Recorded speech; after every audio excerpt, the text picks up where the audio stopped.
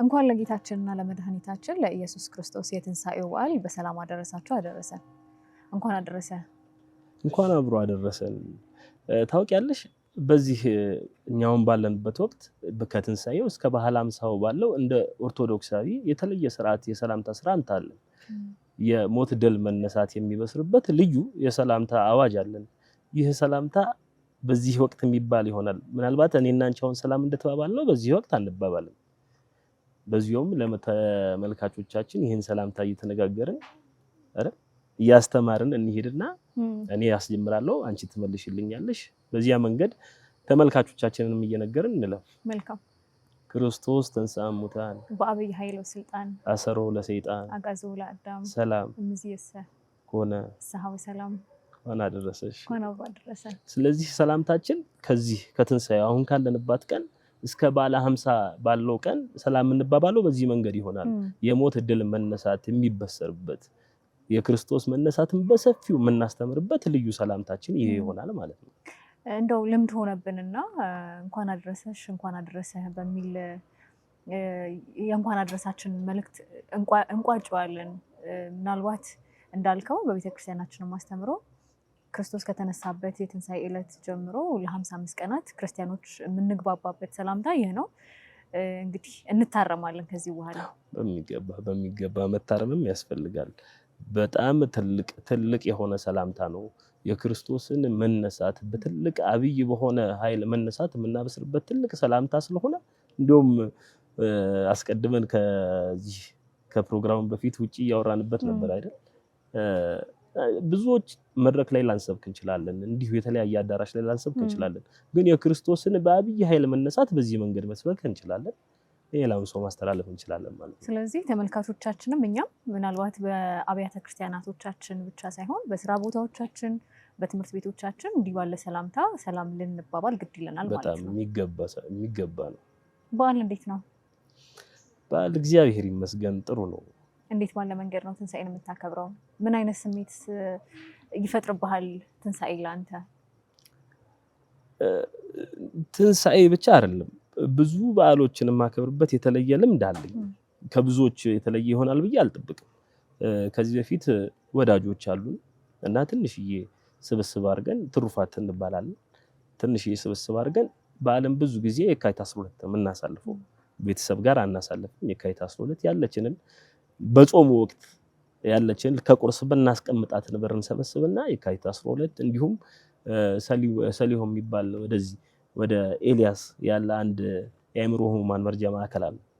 እዚያ በመሄድ ነው የምናሳልፈው። አሁን ግን በተለየ ቤተክርስቲያን ከተቀላቀልኩ ኮርሰኛ ከሆንኩበት ዘመን አንስቶ አልፎ አልፎ እናቶች ጋር በመሄድ እንዲህ ባለ መንገድ ነው በዓልን የማሳልፈው። መልካም። እንግዲህ ያው ትንሣኤ የድነታችን ትልቁ አርማችን ነው የምናከብረውና ጌታችን መድኃኒታችን ኢየሱስ ክርስቶስ ከሰማየ ሰማያት መጥቶ ትልቅ ዋጋ የከፈለበት ትልቅ በዓል ነው። እኛም ደግሞ በዓሉን ስናከብር እንደው ከስጋዊ ከሆነ ልማዳችን ከመብላት ከመጠጣት እንደው እርስ በርስ ቤታችንን ዘግተን ከማክበር ባሻገር የታመሙትን የተረሱትን ወገኖች መጎብኘት መጠየቅ እንዳለብን ተገቢ ነው። ያንን በማድረጋችን በጣም እድለኞች ናችሁ። እግዚአብሔር ይመስገን። እንዲሁ እግዚአብሔር ያሳሰበን ነው እና ደግሞ ኋላም ክርስቶስ መጥቶ በዳግም ምጽአት ጊዜ የሚጠይቀን እሱን አይደለ? ተርቤ አብልታችሁኛል፣ ተጠምቼ አጠጥታችሁኛል፣ ታርዤ አልብሳችሁኛል ስለሆነ እንግዲህ የታዘዘልንን እየሰራን ነው ማለት ነው። በጣም ደስ ይላል። ምናልባት ዛሬ ለተመልካቾቻችን ለሰንበት ትምህርት ቤቶች አባላት፣ ለመካነ ሰማዕት አባላት እንዲሁም ለመላው ሕዝበ ክርስቲያኑ የምናስተላልፈው አንድ ከመጽሐፍ የተወጣጣ ከመጽሐፍ ቅዱስ የተወጣጣ ስለ ትንሣኤ የሚዘክር ጽሁፎችን እናጋራቸዋለን። እጅህ ምን ይዘህልን መጣ ዛሬ? ምናልባት በዚህ በትንሣኤ አዳር ላይ ያው ቅዳሴው ሌሊት እንደሆነ ይታወቃል። ቅዳሴው ሌሊት ላይ የሚነበቡት ወንጌላት ብዙ ጊዜ ሁለቱ ናቸው። ከሁለቱ አንዱን ይዤ መጥቻለሁ። የማቴዎስ ወንጌል ምዕራፍ 28 ከቁጥር 1 እስከ 15 ያለው። በሰንበትም መጨረሻ መጀመሪያው ቀን ሲነጋ መግደላዊት ማርያምና ሁለተኛይቱ ማርያም መቃብሩን ሊያዩ መጡ።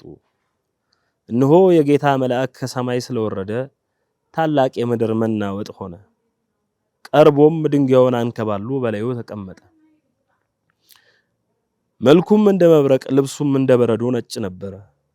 ጠባቂዎቹም እርሱን ከመፍራት የተነሳ ተናወጡ፣ እንደሞቱም ሆኑ። መልአኩም መልሶ ሴቶቹን አላቸው፣ እናንተ ሳትፍሩ የተሰቀለውን ኢየሱስን እንድትሹ አውቃለሁና እንደተናገረ ተነስቷልና በዚህ የለም። የተኛበትን ስፍራ ኑና እዩ። ፈጥናችሁ ሂዱ፣ ከሙታን ተነሳ፣ እነሆም ወደ ገሊላ ይቀድማችኋል፣ በዚያም ታዩታላችሁ ብላችሁ ለደቀ መዛሙርቱ ንገሯቸው። እነሆም ነገሯቸው። በፍርሃትና በታላቅ ደስታም ፈጥኖ ከመቃብር ሄዱ። ለደቀ መዛሙርቱም ሊያወሩ ሮጡ። እነሆ ኢየሱስ አገኛቸውና ደስ ይበላችሁ አላቸው። እነርሱም ቀርበው እግሩን ይዘው ሰገዱለት። በዚያን ጊዜ ኢየሱስ እንዲህ አላቸው፣ አትፍሩ፣ ሄዳችሁ ወደ ገሊላ እንዲሄዱ ለወንድሞቼ ተናገሩ፣ በዚያ ያዩኛል። ሲሄዱ ሳለ እነሆ ከጠባቂዎቹ አንዳንድ ወደ ከተማ መጥተው የሆነውን ሁሉ ለካህናት አለቆች አወሩ። ከሽማግሌዎች ጋርም ተሰብስበው ተማከሩና ለጭፍሮች ብዙ ገንዘብ ሰጥተዋቸው እኛ ተኝተን ሳለ ደቀ መዛሙርቱ በሌሊት መጥተው ሰረቁ አሉ። ይህ በገዢው ዘንድ የተሰማ እንደሆነ እኛ እናስረዳዋለን፣ እናንተም ያለ ስጋት እንድትሆኑ እናደርጋለን አሏቸው። እነርሱም ገንዘቡን ተቀበለው እንዳስተማሯቸው አደረጉ። ይህም ነገር በአይሁድ ዘንድ እስከዛሬ ድረስ ሲወራ ይኖራል። ስለ ቃሉ የቃሉ ባለቤት ልዑለ ባሕርይ እግዚአብሔር ስሙ የተመሰገነ ይሁን። አሜን። አንደኛው በትንሣኤ ወንጌል ከሚነበቡ የወንጌል ክፍል መካከል ይሄኛው ነው። እጅግ በጣም ደስ ይላል። ያው ትንሣኤውን የሚያበስር ትንሣኤውን የሚነግር ወንጌል ነው።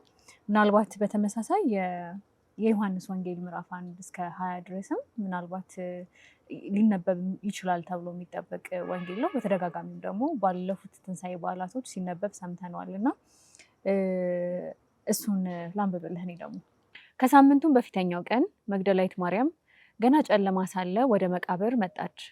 ድንጋዩም ከመቃብሩ ተፈንቅሎ አየች። እየሮጠችም ወደ ስምዖን ጴጥሮስና ኢየሱስ ይወደው ወደ ነበር ወደ ሌላኛው ደቀ መዝሙር መጥታ ጌታ ከመቃብር ወስደውታል፣ ወዴት እንደኖረም አናውቅም አለቻቸው። ስለዚህም ጴጥሮስና ሌላኛው ደቀ መዝሙር መጥተው ወደ መቃብሩ ሄዱ። ሁለቱም አብረው ሮጡ። ሌላኛው ደቀ መዝሙር ከጴጥሮስ ይልቅ ፈጥኖ ወደፊት ሮጠና አስቀድሞ ከመቃብር ደረሰ። ዝቅም ብሎ ቢመለከት የተልባ እግሩን ልብስ ተቀምጦ አየ፣ ነገር ግን አልገባም። ስምዖን ጴጥሮስም ተከትሎት መጣ፣ ወደ መቃብሩም ገባ። የተልባ እግር ልብስ ተቀምጦም አየ። ደግሞም በራሱ የነበረው ጨርቅ ለብቻው በአንድ ስፍራ ተጠምጥሞ እንደነበረ እንጂ ከተልባ እግሩ ልብስ ጋር ተቀምጦ እንዳልነበረም አየ። በዚያን ጊዜ አስቀድሞ ወደ መቃብር የመጣው ሌላኛው ደቀ መዝሙር ደግሞ ገባ፣ አየም፣ አመነም። ከሙታን ይነሳ ዘንድ እንዲገባው የሚለውን የመጽሐፍ ቃል ገና አላወቁም ነበርና ደቀ መዛሙርቱ ወደ ቤታቸው ደግሞ ሄዱ። ማርያም ግን እያለቀሰች ከመቃብሩ በስተ ውጭ ቆማ ነበር። ስታለቅስም ወደ መቃብር ዝቅ ብላ ተመለከተች። ሁለት መላእክት ነጭ ልብስ ለብሰው የኢየሱስ ሥጋ ተኝቶበት በነበረው አንዱ በራስጌ ሌላኛው በግርጌ ተቀምጦም አየች። እነርሱም አንቺ ሴት ስለምን ታለቅሻለሽ አሏት። እርሷም ጌታዬን ወስደውታል፣ ወዴት እንዳኖሩት አላውቅም አለቻቸው። ይህንንም ብላ ወደ ኋላ ዘወር ስትል ኢየሱስ ቆሞ አየችው። ኢየሱስ እንደሆነ ግን አላወቀችም ነበር። ኢየሱስም አንቺ ሴት ስለምን ታለቅሻለሽ? ማንንስ ትፈልጊያለሽ አላት። እርሷም የአትክልት ጠባቂ መስሏት ጌታዬ ሆይ አንተ ወስደው እንደሆን ወዴት እንዳኖርከው ንገረኝ፣ እኔም ወስደዋለሁ አለችው። ኢየሱስም ማርያም አላት።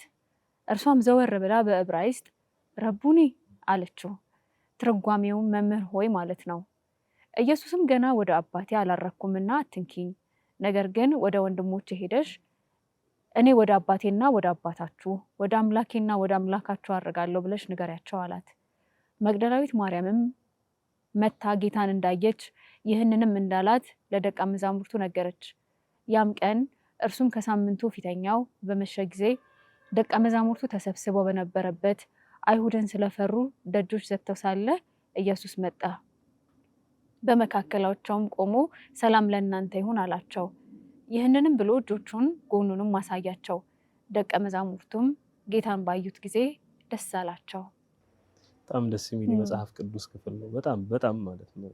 ስለ ጌታ መነሳት ሌላ ምስክር ሳያሻን በመጽሐፍ ቅዱሳችን ከአንድም 2-3 ጊዜ ተጽፎልናል። ይሄ የሞታችን የመጨረሻው መደምደሚያ የጌታ ትንሳኤ ነውና ሞት ከዚህ በኋላ ኃይል እንደሌለው በተለይ በክርስቲያኖች ላይ በሰው ልጆች ላይ እንደበፊቱ ኃይል እንደሌለው በኩራት የምናወራበት ትልቅ በዓል የድል በዓላችን ነው ለኛና እንግዲህ እንኳን አደረሰን እንላለን በድጋሚ በደንብ የትንሳኤያችን በኩር የሆነው ኢየሱስ ክርስቶስ ከተነሳ በኋላ እኛም ደግሞ ከርሱ በኋላ መነሳት እንዳለን ምናውቅበት ትልቅ የመጽሐፍ ቅዱስ ክፍል ነው። በጣም ደስ ይላል። ከመጽሐፍ ቅዱስ ከነገረን የጌታ ትንሳኤ ባሻገር ቅድም ግጥም ስታነበን እየሰማው ነበር። ህማሙንም ትንሳኤውንም የሚዘክር ግጥም እጅ ላይ ነበር። እንደው እሱን ታሰማን። ግጥም ማንበብ ላይ ብዙም አይደለም። ብዙ ጊዜ እንዲያውም በቲክቶክም በሌላም ነገር ላይ እንደዚህ አጠር ያሉ ጽሁፎችን በማንበብ እንዲያውም አንቺም ታውቂኛለሽ ብዬ ገምታለሁ። እንደዚያ ነገር ላይ አሪፍ ነበርኩ። ግን እዚህ ቦታ ላይ ከመጣሁኝ አይቀር ምንም ሳላበረክት ከመሄድ ብዬ እቺን ተዘጋጀሁ ላቅርብ። የሞተው ሕያው ይላል ርዕሱ። የተነሳውን አምላክ ለማየት ሞቱን ማመን ይቀደማል። ሕይወትን ከማግኘት በፊት የእርሱን መሞት ይመሰከራል። አንቶኒ ዘይቤ ነው ነገሩ፣ የሚገርም የፍቅር ተቃርኖ። የሕያዋን ፈጣሪ አምላክ በመስቀል ላይ ዋለ ሰው ሆኖ። በዕለተ ዓርብ ቀራንዮ የፀሐይ ፈጣሪ ሲራቆት፣ ፀሐይ ብርሃኗን ከለከለች፣ ዓለም ተዋጠች በጨለማ ሞት። መጋረጃዋ ለሁለት ተቀደደ፣ የቤተ መቅደሱ ምስጢር ታየ። አለቶች ተሰነጠቁ፣ መሰረተ ምድር ተናወጠ ተለየ። ጭኑ ሳይሰበር በፍቃዱ የሕይወት ጌታ ነፍሱን ሲሰጥ፣ መቶ አለቃው መሰከረ የእግዚአብሔር ልጅ ነው በእውነት። አርማትያስ ዮሴፍ መጥቶ ከኒቆዲሞስ ጋር በአንድነት አስክሬኑን ከጲላጦስ ለመነው፣ አወረዱት በታላቅ ስግደት። በአዲስ መቃብር አኖሩት ማንም ሰው አርፎበት በማያውቀው። የኤልሳ አጥንት ነው ያነሳው ብሎ መናፍቅ እንዳይክደው። አይሁድ በክፋት ተነስተው ሕያውን በድንጋይ ሊሸሽጉ፣ ከሮም ወታደር ጋር ሆነው መቃብሩን አትመው ዘጉ። ከደቀ መዛሙርቱ እንዳይሰርቁት ብለው በድንቁርና ቆሙ። የሕይወትን ንጉሥ በመቃብር ሊያስሩት በከንቱ አለሙ። ግና ተመልከቱ የነገሩን ግርም። ሕያዋን ከሙታን ለምን ፈለጉ? ጠባቂዎቹ እንደበድን ሆኑ። ሙት የተባለው ሲነሳ በሕይወት አደጉ። ያ ጠባቂ ያቆሙለት ድንጋይ ሊያስራ አልቻለም ፈጣሪን። እንዲያውም ተንከባሎ መሰከረ ባዶ መሆኑ መቃብሩን። እዩና አመኑ ሰዎች፣ ድንጋዩ ተፈነቃቅሏል። ኢየሱስ በእኩለ ሌሊት በኃይሉ ሞትን ድል ነስቷል። የሰማይ መላእክት ነጭ ለብሰው የክብርን ምስራች አበሰሩ። ተነስቷል ኢየሱስ ከሙታን ብለው ለዓለም ተናገሩ። ሲኦል ወይ ሞጊያህ የታለ? ሞት ሆይ የታለ ማሸነፍህ? ክርስቶስ በሞቱ ሞትን ገደለው፣ ፈረሰ ያ የጥፋት ደጃፍህ። ስለዚህ እልልታ ለዚህ ይገባል፣ ግርግርታ ለዚህ ይገባል። የሞት ኃይል ተዋርዷል ዛሬ ሲኦል ተመስቃቅሏል። የሞት ኃይል ተዋርዷል ዛሬ ሲኦልም ተመስቃቅሏል።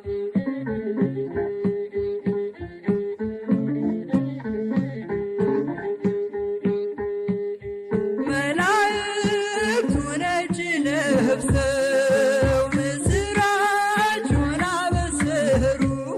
ተነስቷል ኢየሱስ ብለው ለዓለም እንዲናገሩ።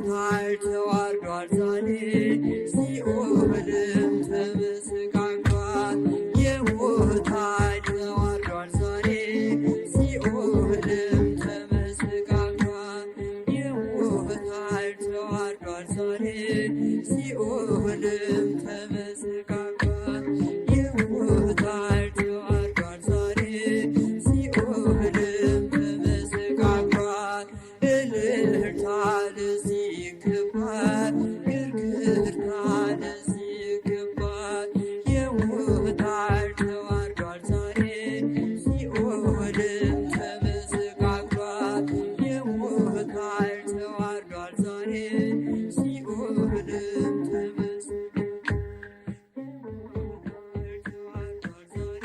አመሰግናለን። እንግዲህ በነበረን ቆይታ ምናልባት ወደ መጨረሻ አንድ መጽሐፍ ላይ ያገኘ ነው ማስያስ የሚል መጽሐፍ ካልተሳሳተ ወምድርን ትገብር ፋሲካ የምትል አንድ አርቲክል አለች የተጻፈች እና ምናልባት እሱን ለተመልካች አድርሰን ፕሮግራማችን እናብቃ። በአዳም ሞት ምክንያት ፍጥረት ተጎዳ። ፍጥረት በአዳም አማካኝነት ፈጣሪውን የሚያገኝ በተድላም የሚኖር ነበር። አሁን ግን አዳም ቦታውን በመልቀቁ ፍጥረትም እንዲሁ ህልውናው የተዛባ የተጎዳ ሆነ። በሰው በደል የተነሳ ምድር እሾህና አሜኬላ እንድታበቅል የተረገመች ሆነች። አዳም ከምድር አፈር የተፈጠረ ሰውነቱ እርግመት አገኘችው። ዳግመኛም አዳም የሚኖርባት ፍሬን የሚያበቅልባት የሚንከባከባት የተሾመባት ምድር እንዲሁ እርግመት አገኛት። አዳምና ሔዋን እባብ ባናገራቸው ጊዜ እግዚአብሔርን ባለማመን ሰይጣንን በማመን ያመኑት ቃል እንደተዋሃዳቸው ሞትም እንደመጣባቸው እንዲሁ የዘመኑ ፍጻሜ ሲደርስ ንጽሕት ድንግል በመልአኩ በቅዱስ ገብርኤል በኩል የመጣላትን የእውነት ቃል አመነች። በዚህም ምክንያት ሕይወት እርሷን ባህሪ ተዋሃደ። ሕይወት ክርስቶስ በእርሷ ሰው ሆኖ ተገለጠ፣ ተወለደ። በጊዜው ጊዜ ቀድሞ ለእናቱ የሰጣትን ቃል ለደቀ መዛሙርቱ ትምህርት አድርጎ ለ3 ዓመት ከ3 ወር ሲሰጥ ቆይቶ ራሱን ለሕመምና ለሞት አሳልፎ ሰጠ። የማይወሰን ሕይወት ነውና በፍጥረት ብቻ የተወሰነ ወደ ሆነው ወደ ሞት ሲሄድ የሚወስነው ሞት የማይወስነውን ሕይወት መያዝ አልቻለም። ስለዚህም ተፋው። ማለትም ጌታችን ኢየሱስ ክርስቶስ በኃይሉ ተነሳ። ቀድሞ የሞቱትን ሲያስነሳ የነበረ እርሱም በፈቃዱ ሲሞት በኃይሉ ተነስቶ ሞት ላይ ስልጣን እንዳለው አሳየን። እረፍትና ሕይወት በሆነች በሰንበት ሞት ኃይሉ ተሻረ፣ ሞት ተባረረ። ቤተ ክርስቲያናችንም ክርስቶስ ተንሥአ እሙታን ሞተ ወኬዶ ለሞት፣ ክርስቶስ ከሙታን ተነስቶ ተነሳ ሞቶ ሞትን አባረረው እያለች ስለ ሞት ድል መነሳት ስለ ሕይወት ግዛት ትዘምራለች። ምድር በሰው ደም ምክንያት እርግመት አገኛት ብለን ነበር። ለእርሷ ተጎሳቁላ ሰውን እንዳጎሳቆለች ተናግረንም ነበር። ክርስቶስ መድኃኒትነትን ሲፈጽምባት መድኃኒት ሲሆናት ግን መልካሙ ፍሬን አወጣች። አሁን ምድር በክርስቶስ ማዳን ተጠምቃለች፣ በደሙም ታጥባለች እና ፋሲካን ታደርጋለች። እኛም ወምድርኒ ትገብር ፋሲካ ተሐጺባ በደመ ክርስቶስ እያልን በደስታ እንዘምራለን። በጣም ደስ የሚል የመጽሐፍ ክፍል ያነበብሽው። ወምድርኒ ትገብር ፋሲካ ተሐጺባ በደመ ክርስቶስ ነው የሚለው። ምድር ፋሲካን ታደርጋለች። ለምን? በክርስቶስ ደም ስለታጠበች። ስለዚህ በክርስቶስ ደም እንደታጠበ ሰው ሁላችንም ፋሲካ ልናደርግ ይገባል። ቅድም እንዳልሽው ኦልሬዲ ወደ መዝጋቱ እየሄድን ስለሆነ ሁልጊዜ የክርስቶስ መነሳት እየተናገርን ምን ቆዩ ደግሞ የምናልፍ ሰዎች መሆን የለብንም። ከክርስቶስ ጋር አብሮ መነሳትን ቀድመን በኃጢአት የነበርን ሰዎች አሁን በተለየ ቅድስና ከፍ ባለ ቅድስና መገለጥ ይኖርብናል። እኛም የምንነሳበት ጊዜ ያድርግልን። የክርስቶስ ትንሣኤ በእኛ የሚገለጥ ክርስቲያኖች የምንሆን ያድርገን። አሜን። የመካነ ሰማዕት ቅዱስ ቂርቆስ ወልደ ብርሃን ሰንበት ትምህርት ቤት የትንሣኤ በዓልን ምክንያት በማድረግ መጠነኛ የሆነ የበዓል ፕሮግራም አዘጋጅተንላችኋል። ከመጽሐፍ ቅዱስ እንዲሁም ደግሞ ካገኘነው የመጽሐፍት ክፍል ትንሣኤን የሚዘክሩ ስለ ትንሣኤ የሚያወሩ ጽሁፎችን አነበብንላችሁ። መልካም የትንሣኤ በዓል እንዲሆንላችሁ እንመኛለን። በድጋሚ መልካም በዓል።